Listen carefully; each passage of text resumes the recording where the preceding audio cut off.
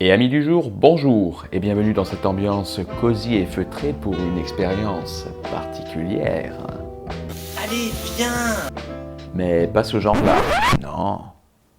Aujourd'hui, il sera question de sonder les mystères inhérents aux capacités les mieux enfouies de notre esprit, d'explorer les possibilités infinies de notre subconscient à nous révéler l'occulte, de mesurer toute l'ampleur de notre force de concentration quand il s'agit de résoudre une énigme.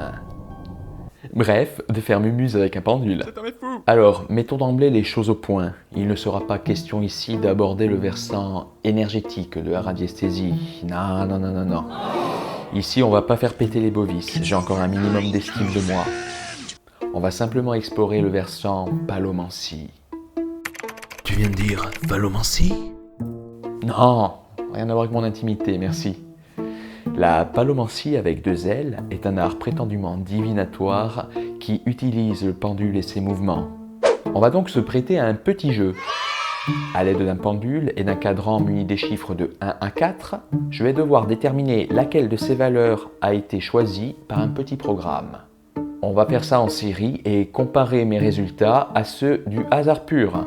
Mais on va faire ça proprement. Pas question ici d'un test à la va-vite, non. On va établir un protocole simple et reproductible. Car soyons clairs, je ne peux réaliser dans cette vidéo qu'un nombre limité d'essais, j'ai une vie. Donc, sans entrer dans des théories statistiques trop compliquées, l'échantillon que je vais fournir n'est pas super représentatif de la réalité. Non.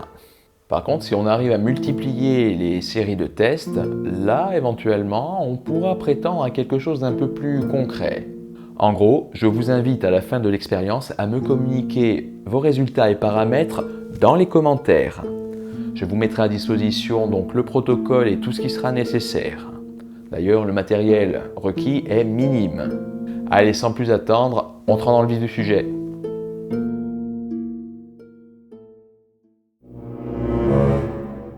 Le but de l'expérience est de valider l'hypothèse selon laquelle l'utilisation du pendule permet d'améliorer significativement la probabilité de découverte d'une valeur aléatoire prédéterminée par rapport au hasard pur. C'était beaucoup trop long et dur comme phrase. Mais ça veut simplement dire qu'on va voir si ça vaut le coup de tenter le pendule pour le prochain Euromillion. On va quand même se fixer quelques points de vocabulaire pour qu'on soit tous d'accord. La valeur cible est la valeur aléatoire prédéterminée informatiquement que l'on cherche à déterminer. Un essai est une tentative de détermination de la valeur cible. Une série est une suite ininterrompue d'essais dont le nombre est fixé pour le déroulement du test. Pour s'amuser, on aura besoin d'un pendule,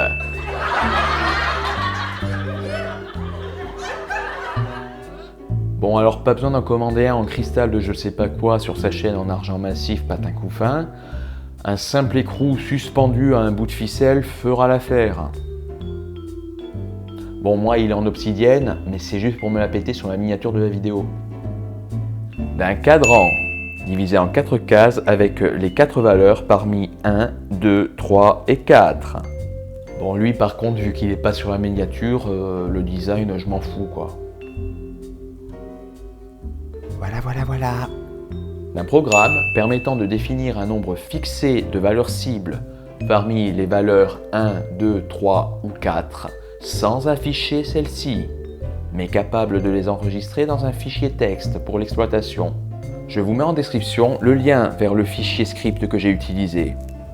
Il va vous créer un fichier série.txt dans le même dossier que là où il est situé. Bien entendu, il va sans dire que vous avez juste le droit d'ouvrir ce fichier texte une fois l'expérience terminée, bande de tricheurs. Un moyen de consigner les résultats. Bon là vous vous faites plaisir, de la simple feuille de papier ou carnet avec stylo à la plaque de marbre de Carrare avec burin. C'est un peu plus long mais c'est vrai que c'est plus chic par contre. Dernière précision, ce protocole est établi pour être mis en œuvre par une seule personne. Donc prévoyez vos curlis. Pour ma série de tests, on va se fixer une série de 20 essais à réaliser. Par contre, je ne m'impose pas de limite de temps pour les essais, dans le but de ne pas biaiser les résultats en me pressant. Même si j'espère sincèrement ne pas y passer toute la nuit. Pour la détermination du résultat, je me suis fixé un code avec le pendule. Depuis le centre du cadran, je le laisserai osciller dans un premier temps vers le chiffre qui constitue le résultat. Ça va me donner une paire de deux chiffres diagonalement opposés. Donc je testerai dans un second temps chacun de ces deux chiffres avec le pendule dessus. S'il tourne dans le sens horaire, c'est qu'il me le valide, sinon c'est qu'il ne le valide pas. Si j'obtiens soit de négatifs, soit de positifs, rebelote. Sinon, donc, je peux noter le résultat dans le carnet. Donc voilà pour le blabla purement théorique, même si c'est un mal qui est nécessaire si on veut donner un minimum de sérieux à l'expérience à réaliser. Donc j'installe le matériel, le cadran, je sors le pendule, je génère la série aléatoire et on va pouvoir entrer dans le vif du sujet.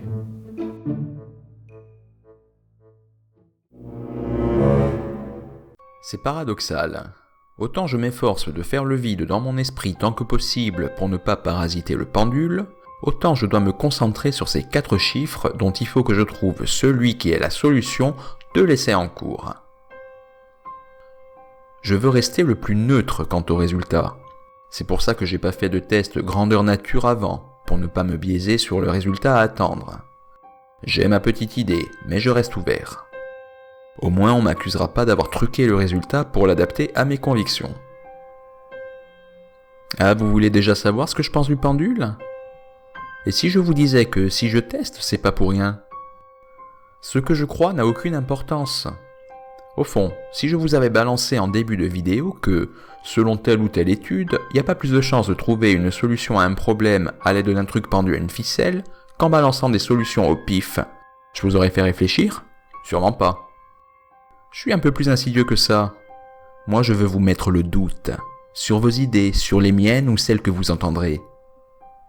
À ce stade de la vidéo, on a potentiellement tous raison, sauf si vous avez testé chez vous et que vous avez déjà vos résultats.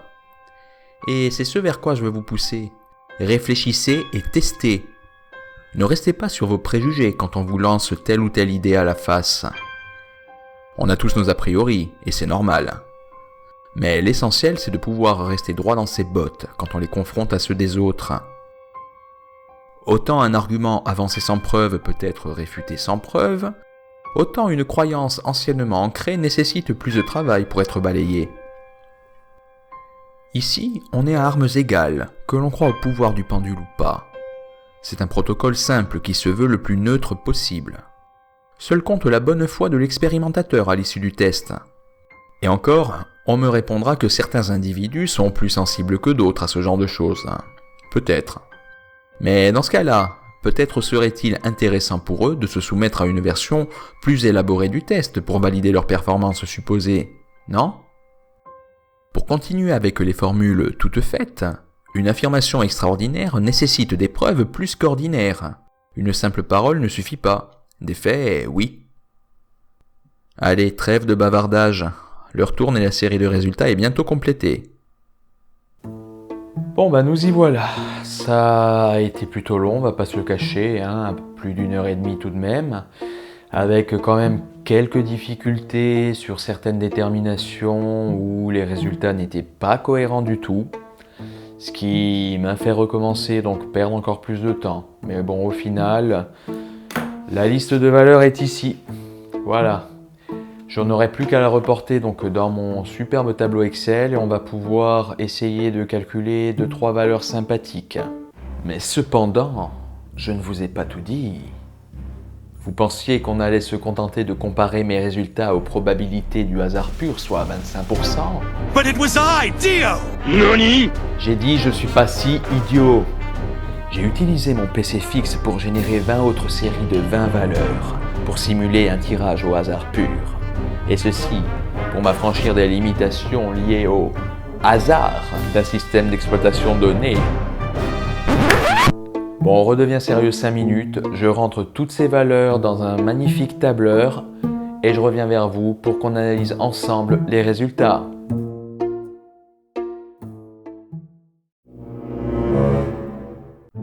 And now, ladies and gents, the moment you were waiting for.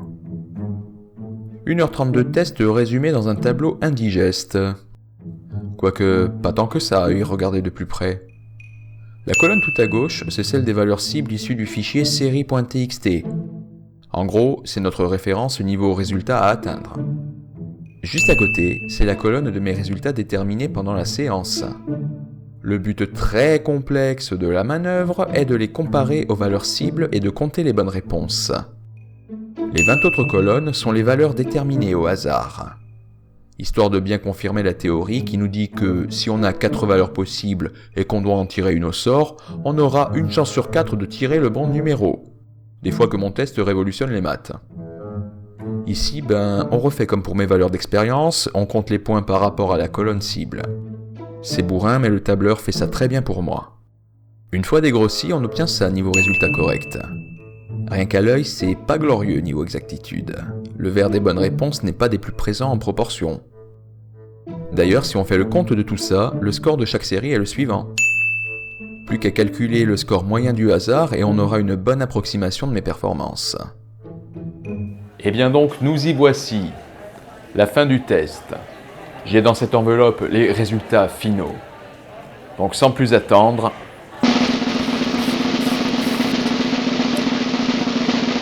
mesdames et messieurs, le résultat est que je suis meilleur que le hasard de 0,5%.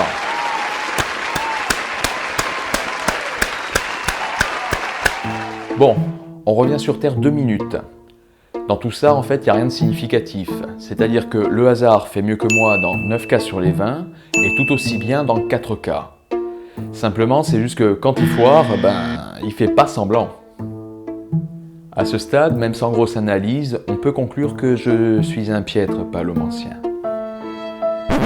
Cependant, comme annoncé en introduction, mes 20 essais ne constituent pas un échantillon représentatif du reste de l'humanité. C'est pas parce que je peux pas courir le 100 mètres en moins de 10 secondes ou tenir en apnée plus d'1 minute que le reste des gens ne le peuvent pas. Un dernier message. Si vous voulez soutenir l'humanité contre le hasard, j'attends vos résultats dans les commentaires. Plus on aura de valeur, plus on pourra tenter de donner une réelle analyse poussée sur les résultats afin de donner une réponse définitive sur l'utilité du pendule à des fins divinatoires. Sur ces... Pardon. Sur ces bonnes paroles, il ne me reste qu'à vous souhaiter une bonne fin de vidéo et à très bientôt.